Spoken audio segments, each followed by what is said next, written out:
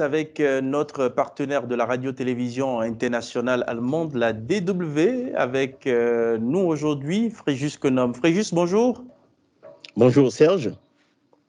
Nous commençons par la tournée africaine. Cette semaine, du chef du département américain, Anthony Blinken, a dévoilé en Afrique du Sud la nouvelle politique africaine de son pays. Oui, il a parlé d'un investissement des États-Unis en faveur de plus d'ouverture et de démocratie. Les États-Unis désirent coopérer avec l'Afrique d'égal à égal, a insisté Anthony Blinken. C'est à l'université de Pretoria que le diplomate en chef des États-Unis a tenté de charmer les dirigeants sud-africains en reconnaissant que les Africains étaient parfois forcés de prendre position sur des sujets qui sont loin de leurs préoccupations quotidiennes. Une façon peut-être de montrer qu'ils comprenaient l'embarras de l'Afrique du Sud face à la guerre russe en Ukraine. L'Afrique du Sud, rappelons-le, s'était abstenue lors du vote en mars dernier de la résolution à l'ONU condamnant la Russie.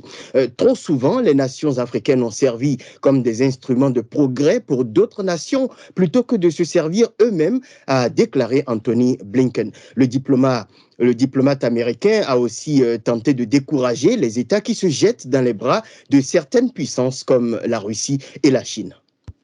Oui, Anthony Blinken marque donc une étape intéressante de cette tournée en République démocratique du Congo et au Rwanda.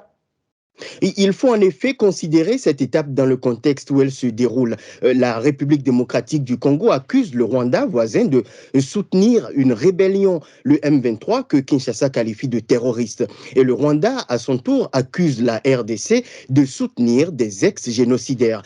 Récemment, un rapport de l'ONU révélait que le Rwanda, à travers son armée, entretenait l'instabilité dans l'est de la RDC. Donc, beaucoup de personnes s'attendent en RDC à des mots forts de la part d'Anthony Blinken.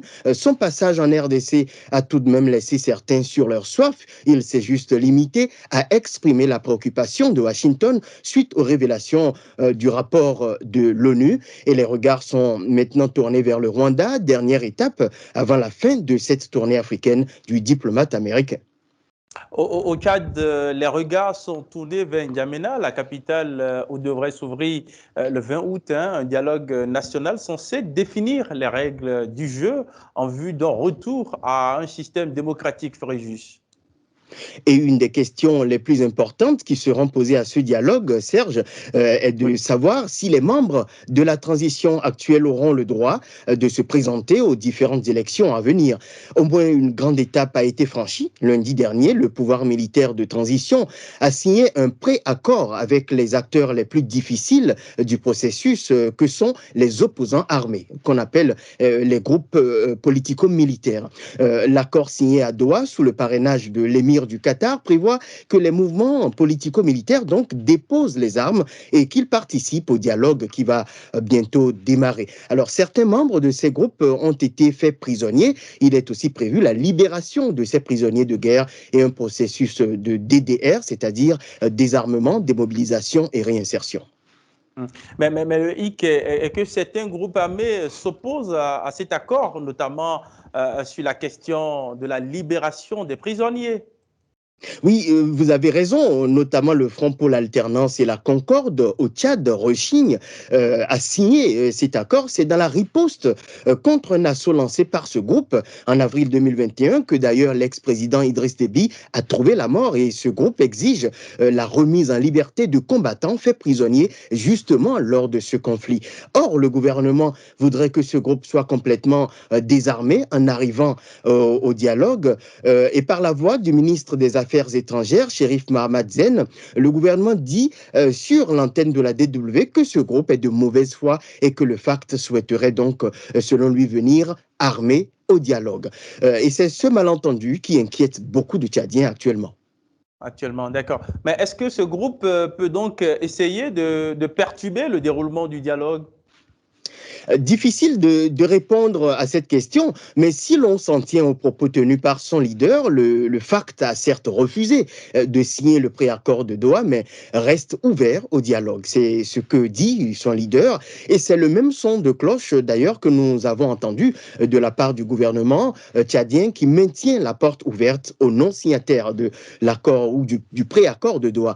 Toutefois, le chef de la diplomatie tchadienne nous a laissé entendre que le gouvernement prenait des dispositions pour empêcher toute tentative de trouble lors de ce dialogue. Fréjus Konom, nous terminons donc ce tour d'horizon par l'Allemagne où un ancien chancelier est au cœur de vives critiques en raison de sa proximité avec le président russe Vladimir Poutine. Gerhard Schröder, c'est de lui qu'il s'agit, a échappé lundi à une expulsion du Parti social-démocrate au pouvoir. De quoi s'agit-il réellement, Fréjus? Alors, il s'agit d'un embarras dans lequel se retrouve le parti au pouvoir, le SPD, parti dont est issu l'actuel président fédéral d'Allemagne, Frank-Walter Steinmeier, et même le chancelier actuel détenteur du pouvoir exécutif en Allemagne, Olaf Scholz. Son mentor, Gerhard Schröder, qui fut lui-même chancelier pendant 7 ans, de 1998 à 2005, est un ami de longue date du président russe Vladimir Poutine.